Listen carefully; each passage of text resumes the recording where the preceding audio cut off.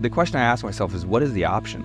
Working at Starbucks, right? Working at a mindless job that doesn't fulfill me and just like I'm barely scraping by. Like, I don't even know how people afford to live these days that, you know, like besides like having 5 or 6 roommates and all the, like, life is so expensive. So what is our option? That gave me the insight to understand I wanted to get into real estate investing. I loved real estate. I believed everything about real estate, that it can create incredible income. I'd probably in the last 45, 60 days, I've had no less than a dozen calls from friends that have done very well in real estate, and they're questioning what's going to happen with them right now. Like, do I keep pushing? Is this really what I want? Do I want to fight this fight? Do I want to keep trugging along every day, going through all this? And they're just questioning it, and they're questioning their resolve and their fortitude. Like, if you're at rock bottom, you said it yourself, the beauty of being at rock bottom, the beauty of it is you're there. There's nowhere else to go, right? But what are my options? Fucking be okay being okay and existing? Is that really what I want to do? I get one ride, you get one ride. Like, the only thing guaranteed is you're not leaving this place alive. That's it. This is the Mr. Brrrr Show. Welcome back to the show, everybody. As you guys know, I had a little baby girl, so I took a little bit of a break from the podcast. But man, I was itching to get back, and I wanted to give you guys a treat. And I have one of my good friends on the pod today. He's going to teach you guys all about real estate, how to buy real estate with zero money of your own out of your own pocket. So I'm excited to have the man, the myth, Justin Colby on the pod. Welcome to the pod, man. Yeah, man, I appreciate you. Thank you very much for having me on. Excited to be here. Excited to drop some knowledge on everyone about real estate, how to buy it with none of your own money, how to find the deal, all the good things. So this is going to be good. Listen up, pay attention, take notes. Let's ride. For sure. Well, dude, thanks for jumping on. And some people might know you on social media, but if they don't, kind of just give us like a backstory, kind of where you came from, how you came up, and how you got into the space of real estate and entrepreneurship.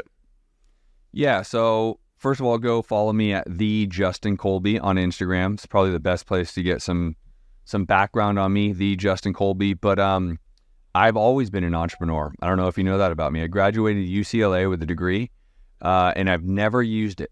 I've never used my degree for a single job. I've never had a W-2 job. I've always been my own boss. I've always had a business, and I don't know anything else. Now, that doesn't mean it's always, you know, puppy dogs and rainbows, and I've had my fair share of challenges. There's no doubt about it. But the reality is, it's the only way I could develop the life that I wanted is to control my life and let it be dictated only by me, not by someone else.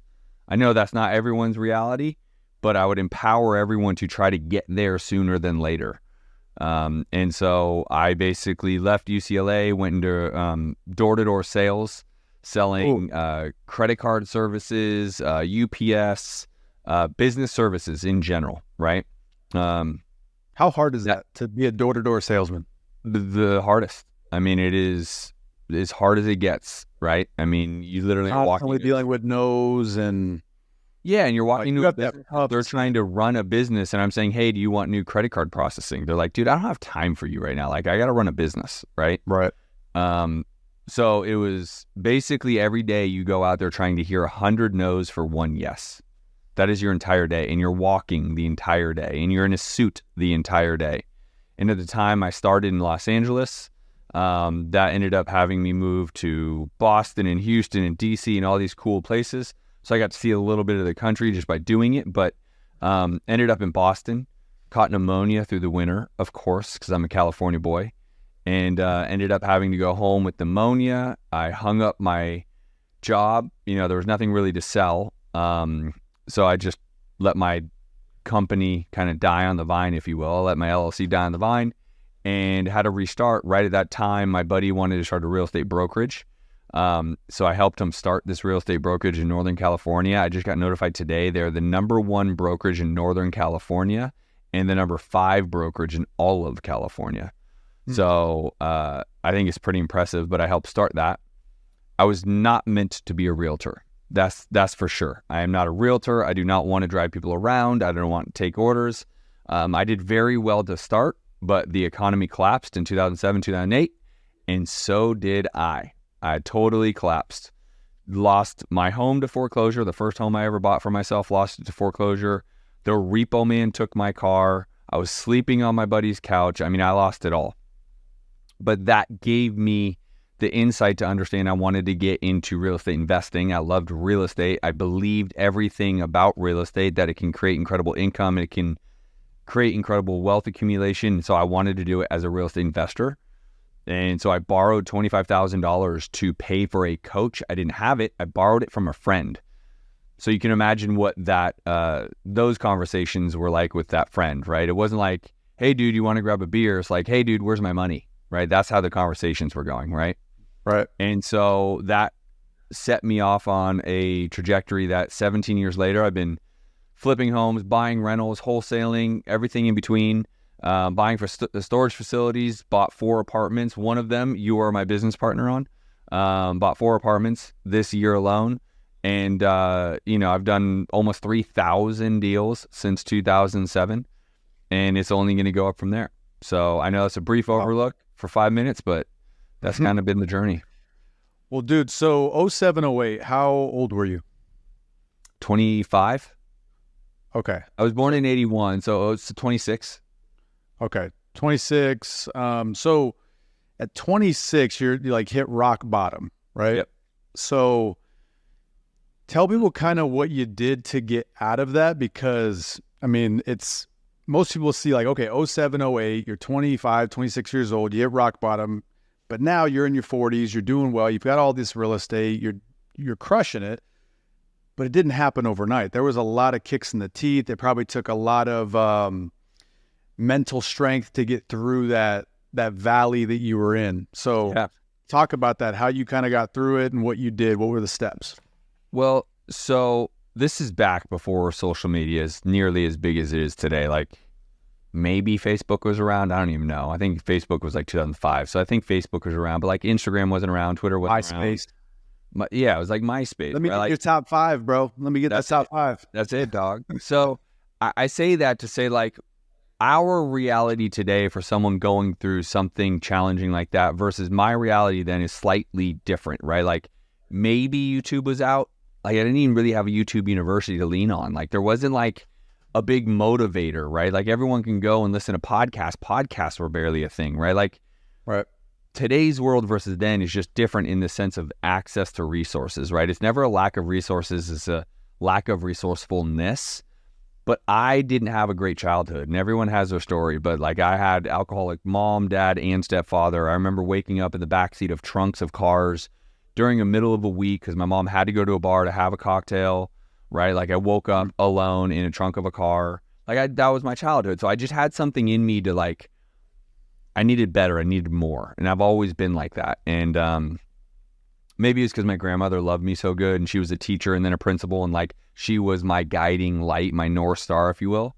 So I had her for sure. Like it's not like I didn't have anybody and I was, but my mom loved me. She just had an addiction, frankly. It is what it is. And so when I went through that moment, first of all, it doesn't go viral yet. There's no social media. So it's not like the whole world knows that I went broke, but my friends did.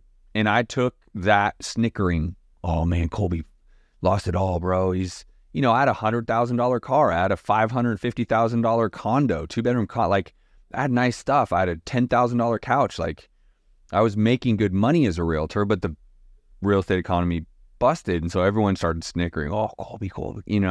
So I felt that. I felt the shame. I felt the shame from others. And it was probably less them shaming me, but just young antics, right? 25, 26-year-olds like snickering, right? Because they still hung out with me, but they just had to buy all my beers. Like I had no money. And so it was more self-shame and more like, man, I lost it. But when you are at rock bottom, the beautiful part of rock bottom is you're at rock bottom. That's the beauty. I had nothing else to do, nowhere else to go.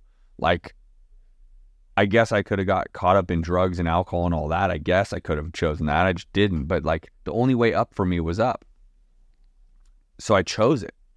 And now looking back on it, I have 5 laws of success that I tell people all the time. But the first law is I had to decide what I wanted and who I needed to be to get what I wanted.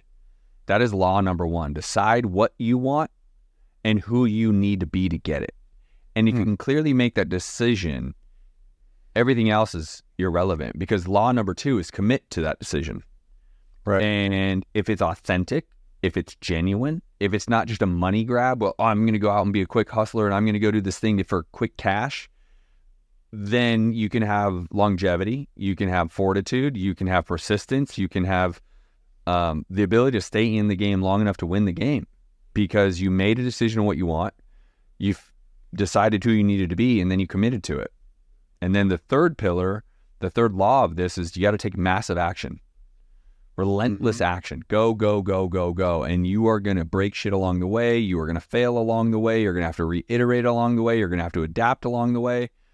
It will seem daunting and challenging, but, you know, for me, there was no other option. Number 4, just to finish the 5, is be extremely uncomfortable. Somewhere in adulthood, we lose our childhood ability to be uncomfortable. Or as a child, you and I have very young children.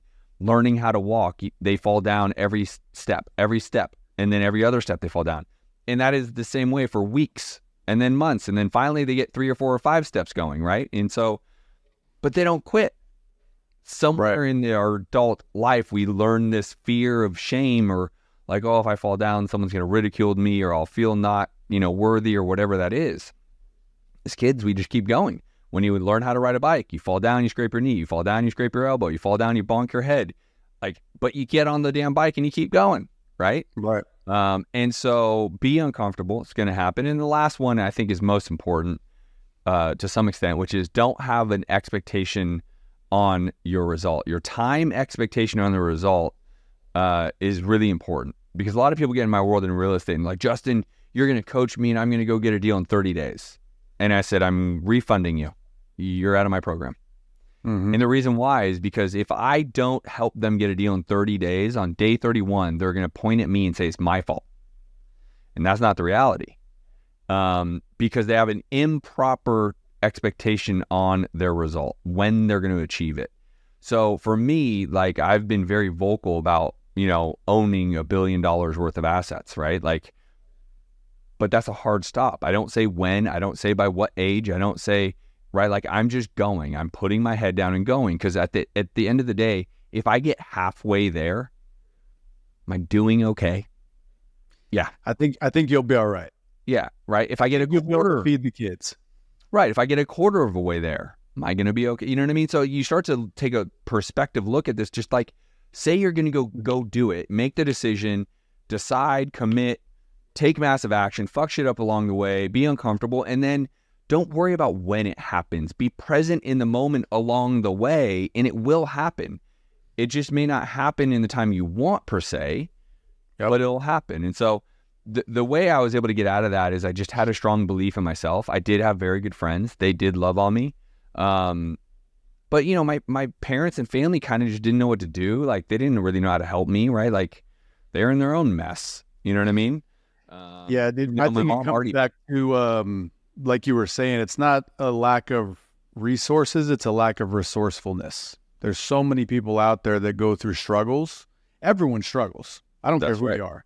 Doesn't matter who you are. Me and you, we move and shake with some very, very successful people, and they struggle. They're not immune to it. Totally. But, dude, I'm reading this book right now by Kevin Hart. It's The Decision. Great book. Yeah. You read? Yeah. Did you listen to it or read it? I listen. I don't have, I read like 2 pages, I fall asleep. I'm the same. But dude, I got to listen. That's such a good listen, because he actually reads it and he just goes off on these tangents. He's hilarious as hell. But a big thing that he talks about is there's a positive and negative to everything. Dude, you hit rock bottom. The people that stay in that arena of life are the ones that focus on all of the negativity. Like, if you're at rock bottom, you said it yourself, the beauty of being at rock bottom, the beauty of it is you're there. There's nowhere else to go, right, but up. So it's how you view things. So there's no wonder that you're successful, because you view things through a lens of, where's the positive? Where can I draw something out of it to excel in life, to help someone else? And I think that's why you've done really well for yourself. You know what I mean? Yeah, listen, there's challenges today. Like I'm dealing with the challenge right now with several of our properties about some contractors nonsense, right? Like there's always challenges. There's never a day or a week that's just perfect.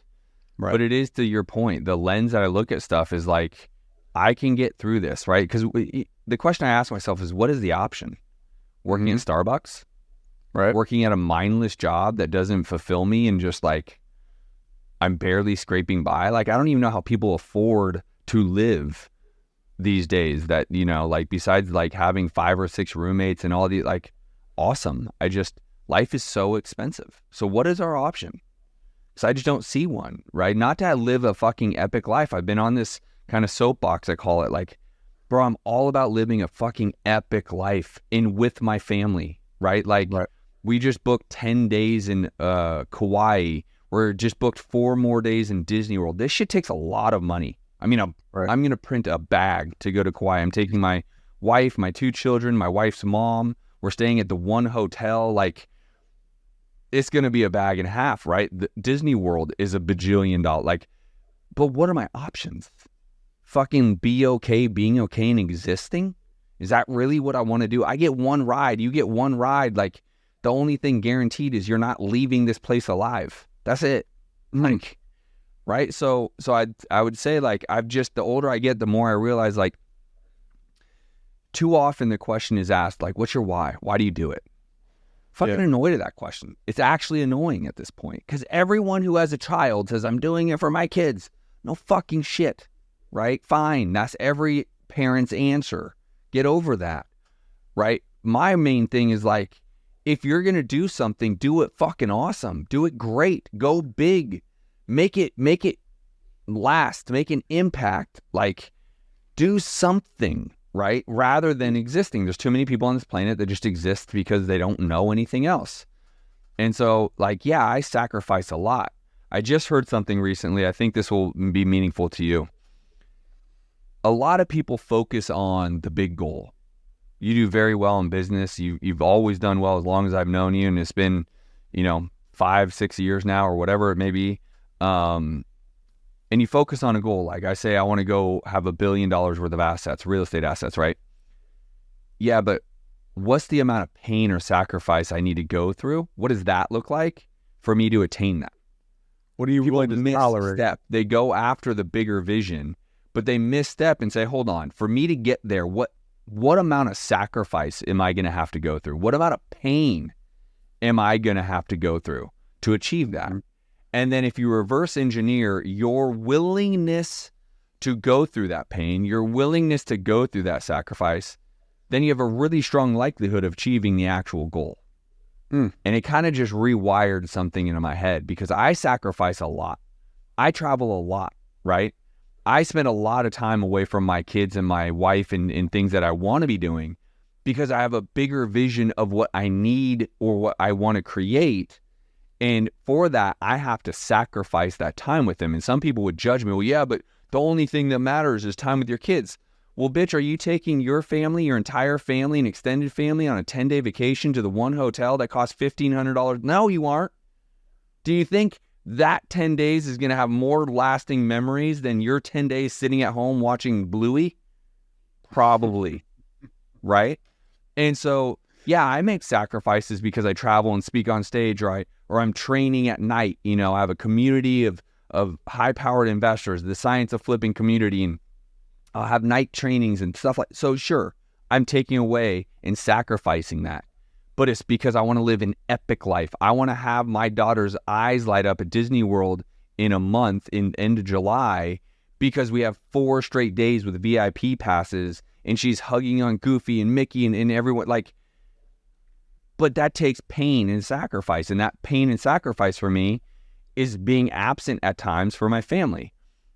So I've rewired how I think about this journey is, what am I really willing and able to go through, and how much? Because there's a threshold, right? That's so good. Everyone, what you just heard, rewind it, listen to it again, because there's so much wisdom in that. I kind of read between the lines a little bit of what you're saying when people say like, what's your why? Oh, it's my kids. It's my wife. It's blah, blah, blah. No, it's not. It's really not. Like, you're lying to yourself if that is the case, because if you really want what's best for your kids, if you want what's best for your wife, if you want what's best for your husband, your family, whatever, you have to focus on you. Period. Like, you can't give the best life to your kids and your family and your wife and your spouse unless you are the best version of yourself. That's right. So you have to pour into yourself to be able to give them that. That's right. And what's part of that is you have to, like you said, realize what you're willing to sacrifice. That's about you. That's not about anybody else. What are you willing to sacrifice in order to get to that end goal? It all starts with you. So everyone listening. Let me flip that on its head also, and you'll agree with this. Yeah. People say, you know, what's most important? Your family, God, spirituality, or family, God, business, or health, right? The big four. Mm-hmm. And someone recently told me it's your body.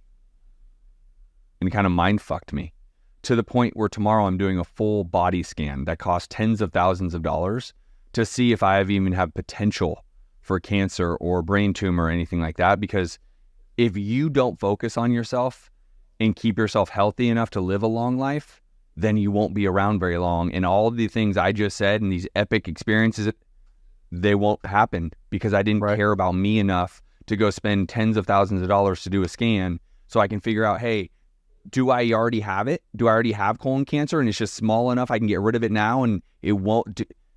That is also why I work so damn hard, because who the hell is going to be affording a $10,000 body scan? If you don't take care of your body, you die. You get cancer, you die. And then all these amazing experiences that you're about to go have and all these cool, they don't exist because you're fucking dead.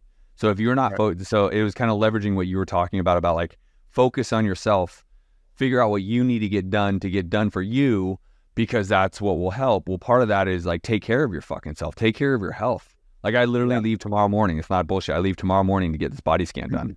And it's one of those new body scans that does your whole body. So it'll see like if you're going to have a brain aneurysm, it'll pick it up even as small as it is. And you can go and dissolve the whatever the fuck. Or if you have colon cancer, like it'll pick it up in the most minute thing. And you can say, hey, you need to go scrape your colon because you have little polyps. Or, you know, if you have a tumor already, like I might have a brain tumor, who the fuck knows, right? And I think I've heard about this scan. Is it out in California? I think it's going wider. The first time I heard about it was in Miami. There's one in Dallas and Houston. The reason why I'm going to Houston is because I know the owner of this facility. Got it. I'm sure they're in California. But anyway, that's where we left off. Body. Taking care of yourself, because otherwise it's all meaningless. Cool. So it all starts with you. It comes back to you. Work on you and everything else falls in place. Like, that's why you guys are listening to this podcast or watching it on YouTube, is because you want to work on you and become a better version of yourself so you can provide more for those around you, right? 100%. So let's talk about kind of how you got into the real estate space. We detoured on that for a little bit, but yeah. So you were a realtor, crushing it, probably back then, making 30, 40, 50K a month? About 30 grand a month was a lot, right? This is back in 2007. Like it was probably 25. That's a lot of money in 07, 08. Oh, of course. And when I owned my sales business, like I was making that kind of money. Like I just always made a lot of money without having any maturity. So I never kept any of it. Got it. So you started doing well, obviously, really well, and then you lose it all, 25, 26 years old. How long until you started doing well again? Took a while, right? To go from nothing to get going takes some bandwidth. So I talk a lot about like give yourself enough runway, because nothing happens overnight. Like, do people come into my world, in the real estate world, and get coached by me and then they go get a deal in 30 days? It happens, but it's just not the normal, right? That they randomly came across the one seller that was looking to sell right now. It's just not the norm. So it took me 9 months to get my very first real estate deal. 9 months. And I was cold calling realtors every single day. 100 dials a day. I would sit at Starbucks because I was broke. My buddy would give me, $5. I literally would buy one coffee. At the time, Starbucks had this rule that as long as you drank the Starbucks in the Starbucks, they'd keep refilling you. Oh. So my buddy, I remember it vividly. He'd give me a Ziploc of almonds in a $5 bill. Like, all right, go get it, killer. Right? I mean, but I had a friend that would be willing to do that. Right? I mean, there's a lot of people that don't even have friends that way, but he understood. And luckily enough, through time, I've been able to do things like that for other friends and family members. But, it took me 9 months, and then kind of momentum hit, and right away I got my second deal. And then I got, the first year I did 2 deals, second year I did 6, and then 20, and then 46, and 96, and blah, and then the momentum starts to kick in. Snowball. Yeah. And so, but you need to have stamina, to build anything great. It takes time, it takes failure, it takes iteration, it takes adaptation, right? I mean, listen, I'd probably in the last 45, 60 days, I've had no less than a dozen calls from friends that have done very well in real estate, and they're questioning what's going to happen with them right now. Like, do I keep pushing? Is this really what I want? Do I want to fight this fight? Do I want to keep trugging along every day, going through all this? Like, do I want to and they're just questioning it. And they're questioning their resolve and their fortitude. And what I would tell everyone is the same thing I tell at the beginning of this episode, which was go by law number 1. Decide what you want and who you need to be to get it. And then law number 2, commit. Because if that is genuine within you and you really do commit, you won't question your resolve. You are committed to what you want, right? And so when the going gets tough, because it's tough for everybody right now, right? Like, my business isn't running as efficiently as I would like it to. Part of that is because of interest rates. It's not in my control, right? But a property we bought in January, and the city stopped the remodel, and it's been taking longer than we want. And so when we go to refi it as a BRRRR, no pun intended, right? And now it's not a great rental. Okay, player, I see it. So, but now it's not a great rental. Now, the nice part about this is I've done this business long enough that I only buy properties that are either good BRRRRs or good flips. They have to be both, but they have to be both. So that way, if it doesn't turn out to be a good rental, I can sell it and make a profit and just, extend my runway. I'm extending my runway because I'm in the business of building wealth, right? And so, but to build wealth, you need to create income and capital and all that other stuff. And so if I have to flip a property, like tonight I'm signing docs with a notary for a property that we're selling in Shiatook, Oklahoma. We'll make 35 to 40 grand depending upon fees on the HUD and blah, blah, blah, right? And so, like, if I have to go make 30, 40 grand chunks at a time while, buying these BRRRRs, right? So a BRRRR will still make sense even at, 8% interest if you're buying it right. The challenge is the market changed from January. And so now when we're ready to go refinance, the market is adjusted more. The value isn't where I need it to be for the bank appraisal. Plus, so it all is like, I'm going to make like $80 a month on this. Like, I might as well just sell it and make 30 grand. Does that make sense? So it works either way. And the reason why I choose that in the financial model of real estate is because, like, even if I really did have to keep it, even if I couldn't flip that home, like, I'm not losing my ass. No one ever went bankrupt buying, $100,000 homes. Does that make sense? Right. I think it's very important what he just said, guys, for you to really, really think about if you want to get into real estate, if you're in real estate. Invest only when it makes sense with at least 2 exit strategies. Because if you're buying for just appreciation, this is how people got crushed in 2008. They were buying flips for appreciation. That's the only thing they were doing. And then when the market crashed, they had no exit strategy.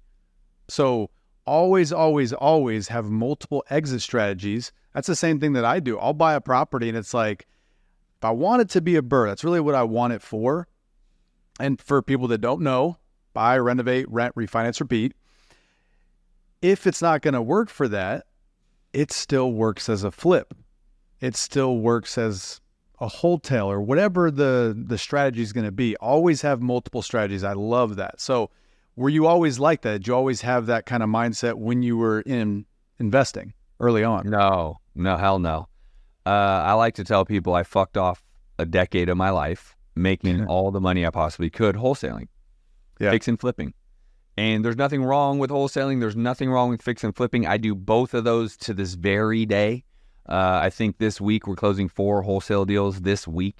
So nothing wrong with it. But what I'll say is my maturity level of what I wanted wasn't quite yet to where I realized I wanted not just the money, but I wanted to be able to have the bankability is what I like to call it.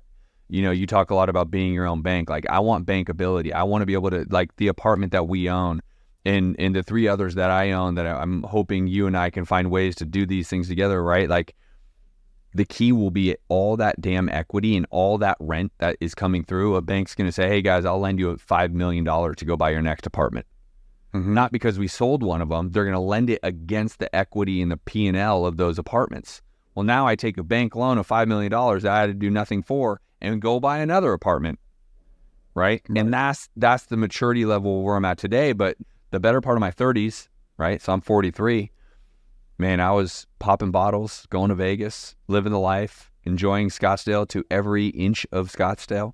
But that was okay because I was single. I didn't have anyone to provide for, no wife, no kids, no anything. I didn't hurt anybody. I was just being ultimately selfish. And why that was okay for me, by the way, going on another little tangent, is because I knew someday I was going to be mature enough to find my wife. And I didn't want to have any regrets. I've you know, at 43, I've seen multiple of my friends get divorced already, right? And part of it is a maturity thing. The other part is not really kind of being able to be selfish when the time was able to be selfish for them. And I just told myself, like, I want to just go do these things and to some level just kind of be an idiot personally and waste money. So by the time I'm ready, when I am actually ready and I run into the person that I meant to be with, I can accept it.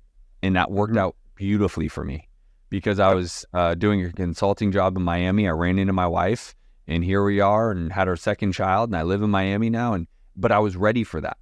I wouldn't have been 5 years earlier. 2 years earlier, right? So it all happens for a reason. And so my journey was not always about building wealth and being mature enough to burr and look at the exit strategy. For me, for the better part of at least 10 years of it was just make as much money as possible, period. Yeah. Right. Transactional. Because I remember I asked that question because I knew when we first met, you didn't own any rentals. None. Not one. Not one single family rental. And it was all wholesaling.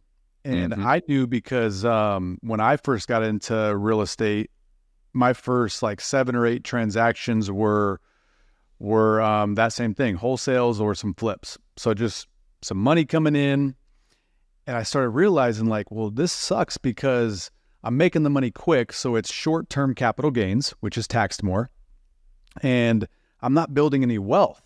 So that's when I started really realizing like the Brrrr method is how you hold on to properties. My last name is Brrrr. It only makes sense I become Mr. Brrrr because that's who I am. So I started really like gearing towards that. And I knew you weren't there yet. And this is recent, bro. What, like last year, 2 years is when you started buying rentals? So so right before COVID, because I remember it. So like 2019, I started buying rentals because COVID was 2020, right? Right. Yep. I started buying, I think about like 15 rentals prior to COVID in Oklahoma. About 15. And now you own how many doors? I probably should know this, but I don't know if you're counting the apartment doors. I mean, we just added, about 100 doors in the 4 apartments, give or take. And then I think we have somewhere between 50 and 65 single families. Okay, cool. 4 apartments, 100 doors, 50 to 60 apartments. Now, many of those single families, like we're just in the middle of it still, meaning they may end up being flips just because of what I just said. Like the economy has changed since I bought them. There were bigger projects, smaller projects. The city stopped us, just stuff. And you say, okay, well, is it worth keeping this right now or not? And you just got to make a business decision.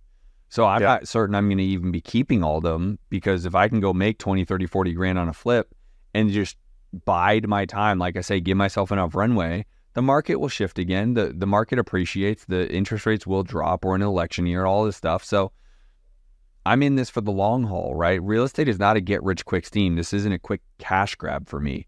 this is the long haul. So I don't mind, like, let's just use an example because I don't know if it'll be true or not, but I have to sell 15 of these.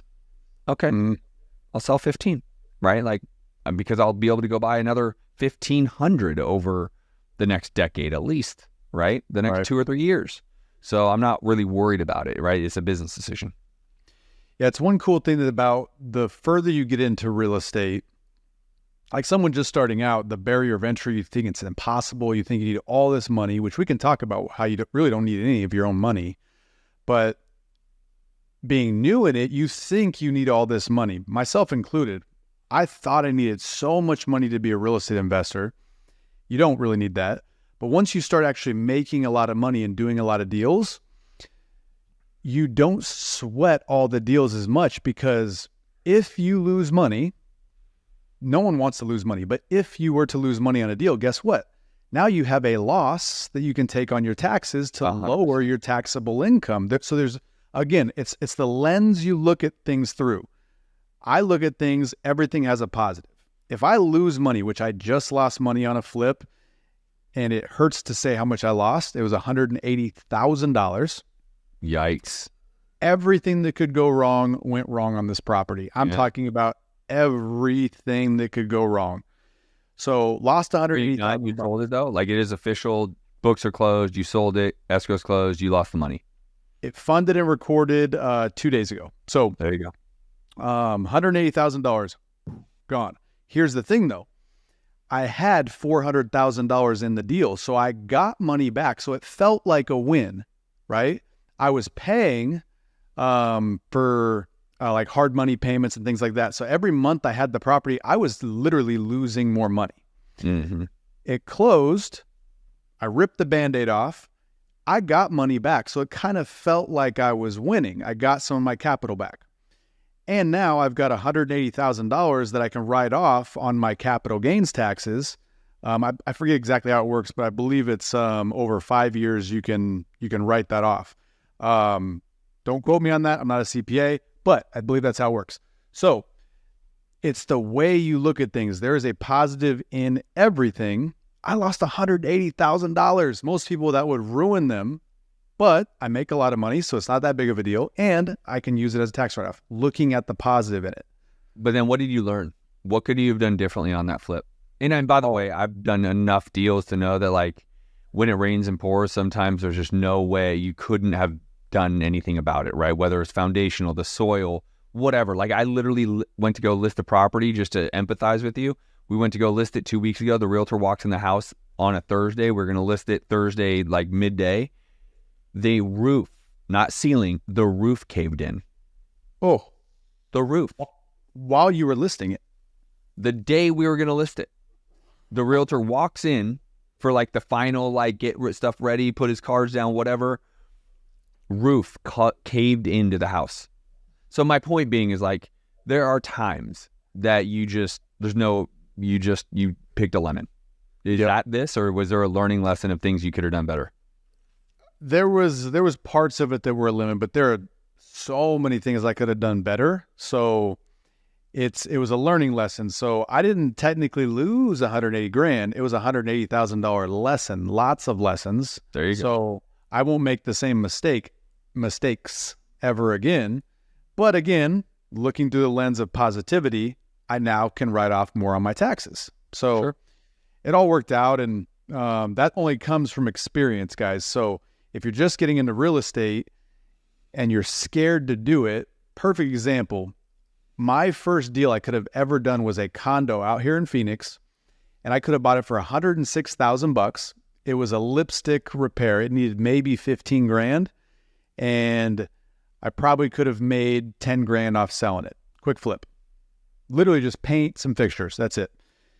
I was so scared and paralyzed by fear, I didn't buy that condo. I look it up constantly. I just looked up this condo, and this was back in 2019. I could have done this deal. I looked up this condo. Guess how much it's worth now? In Phoenix? Yeah. $320. Bro, $435,000. That's insane. So, dude, I could have bought it for, I think it was 106 was the exact amount. Put $15,000 into it, kept it as a rental, Now I could start cross-collateralizing it, getting the equity from the bank, again, using OPM, other people's money. This is when you start learning these things, you don't need your own money.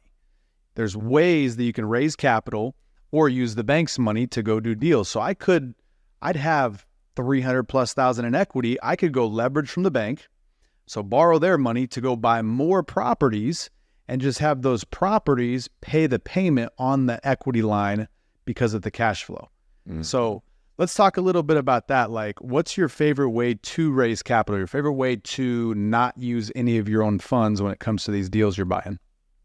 I look at it because a lot of people will say, well, yeah, but Justin, if you make so much money, why do you borrow other people's money? And I think it's a little naive of a question, right? 100%. Because you go to the bank for reasons, right? But also, if you can understand the numbers, P&Ls, finances, and understand business, there's not a business, Google, Amazon, Tesla, that didn't start with startup capital, right? Mm-hmm.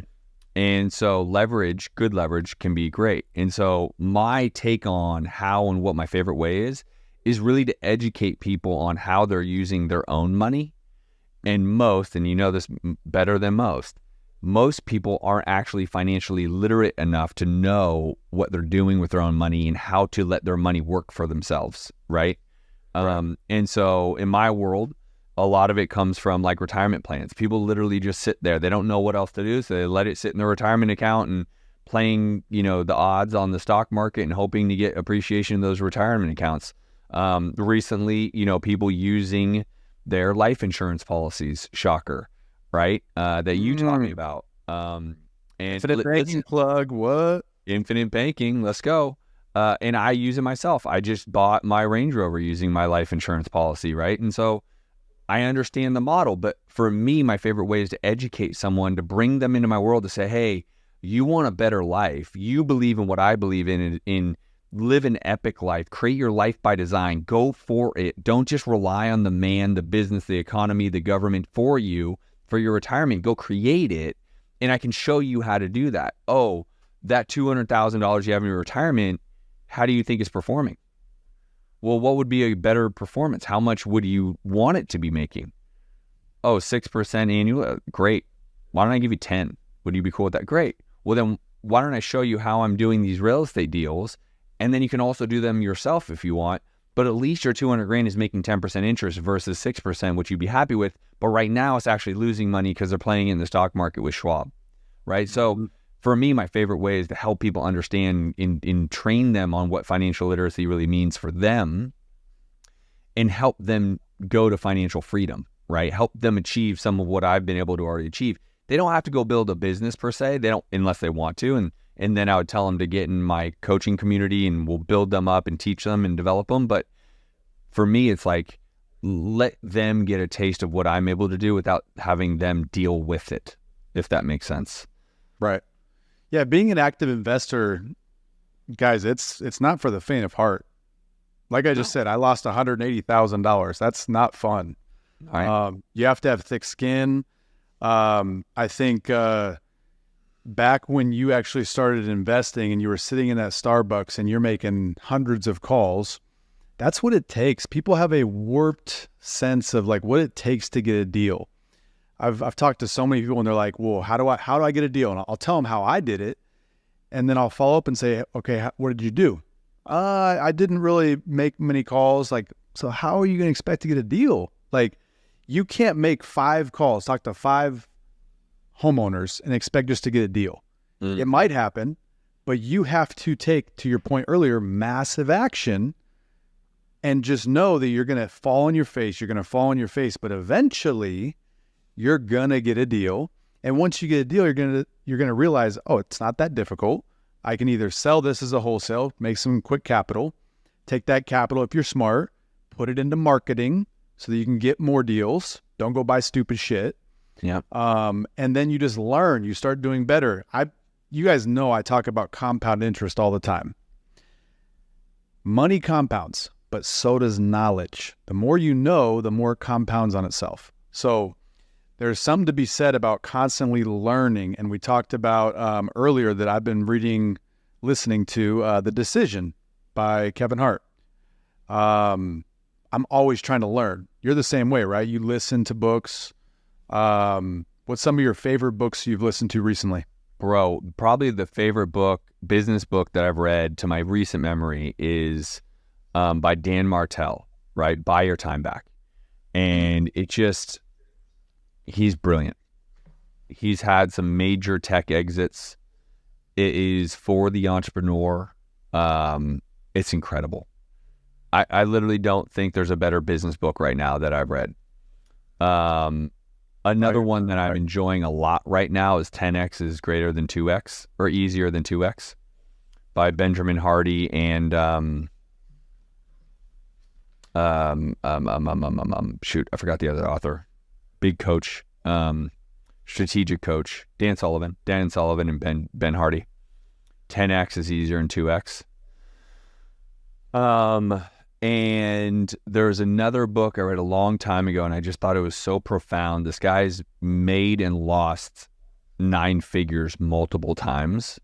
And he basically wrote a book. I got to look it up because it's just like, there's so many great life lessons. You know, he's up there in years. He has the scars to prove all these things. He's made and lost 9 figures multiple times. I got to look it up real quick because it is really impactful. Let's see. It is... Where is it? Anyways, audiobooks. I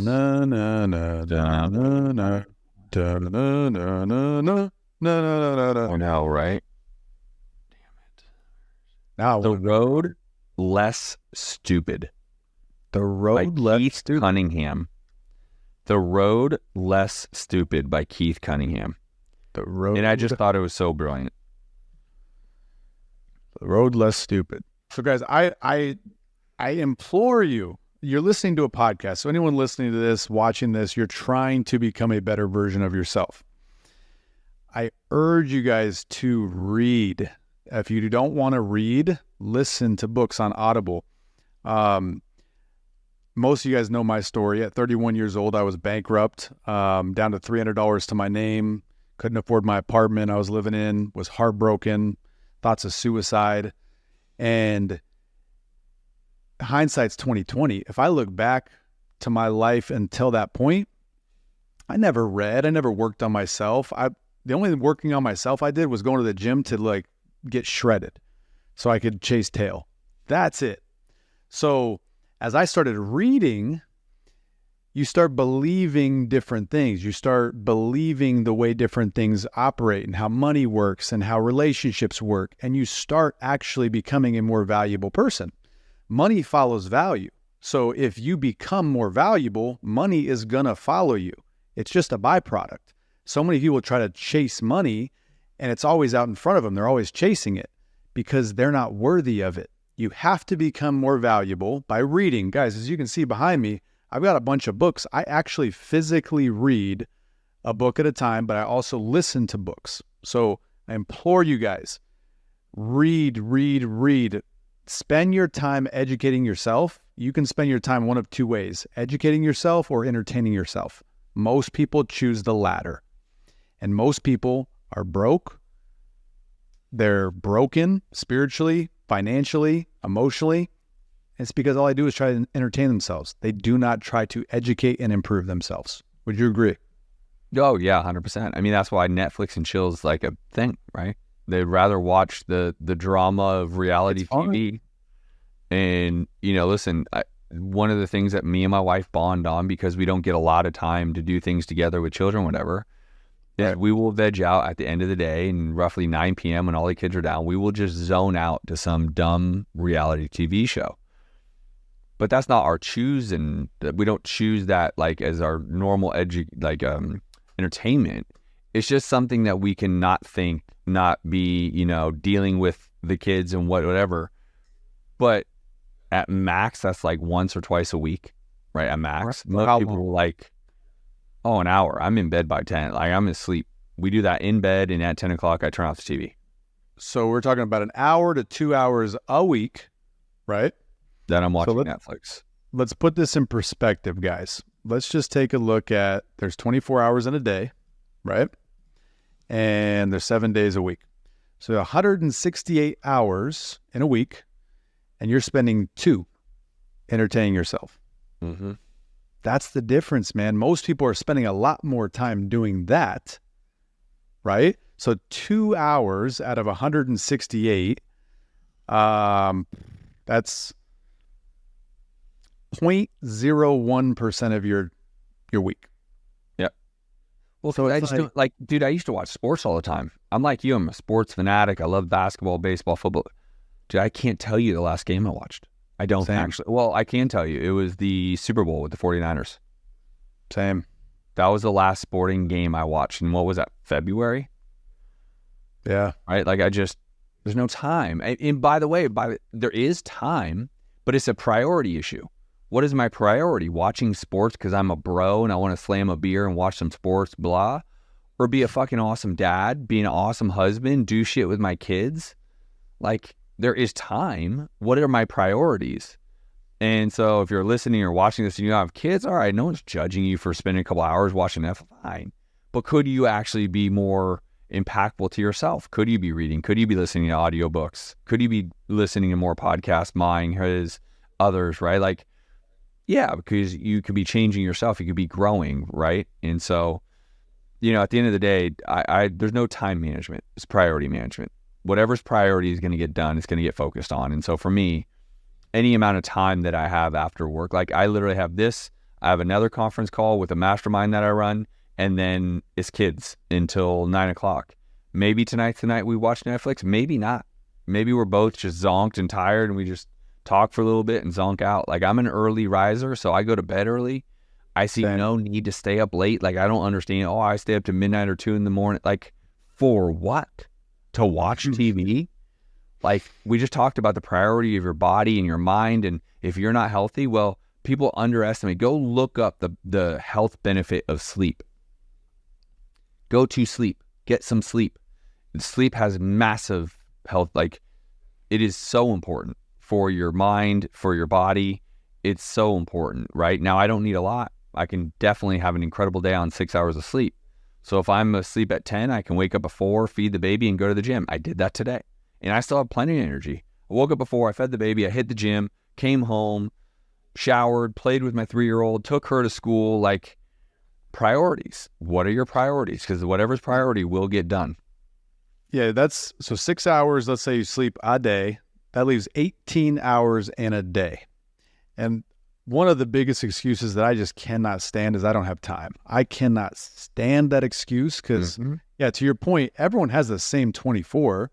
It's what are your priorities during that 24? So, and you can clearly tell people's priorities from their life. Like, if you see someone who is in incredible shape, like I'm talking, their abs have abs, a priority of theirs is to be in shape. They make time for the gym. They make time for eating the right meals. They make time for consuming enough water, right?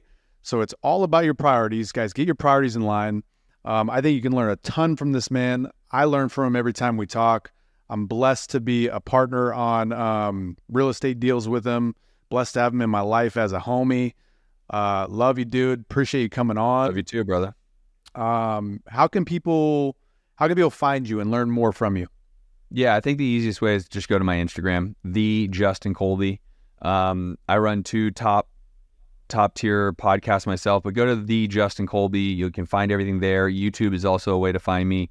But interact with me, ask me questions. What I'd love, do this. Find me on Instagram and let me know you heard me or saw me on Devin's podcast. It is me responding. I will say what's up. I'll happily answer your questions about real estate or whatever you guys need. Hit me up on Instagram and let me know you saw me or heard me on Devin's podcast, the Justin Colby. Love it. All right, cool. Well, thanks for coming on, man. Until next time, I appreciate all of you guys. If you got value from this, please share it. And comment if you're listening to this on YouTube. Comment your best takeaway. If you're listening to this on YouTube and you're not subscribed to my channel already, make sure you subscribe. Hit that bell so you get notified. It helps the algorithm. Smash the bell is what everyone says. But I appreciate you guys. Until next time, I love y'all. Peace.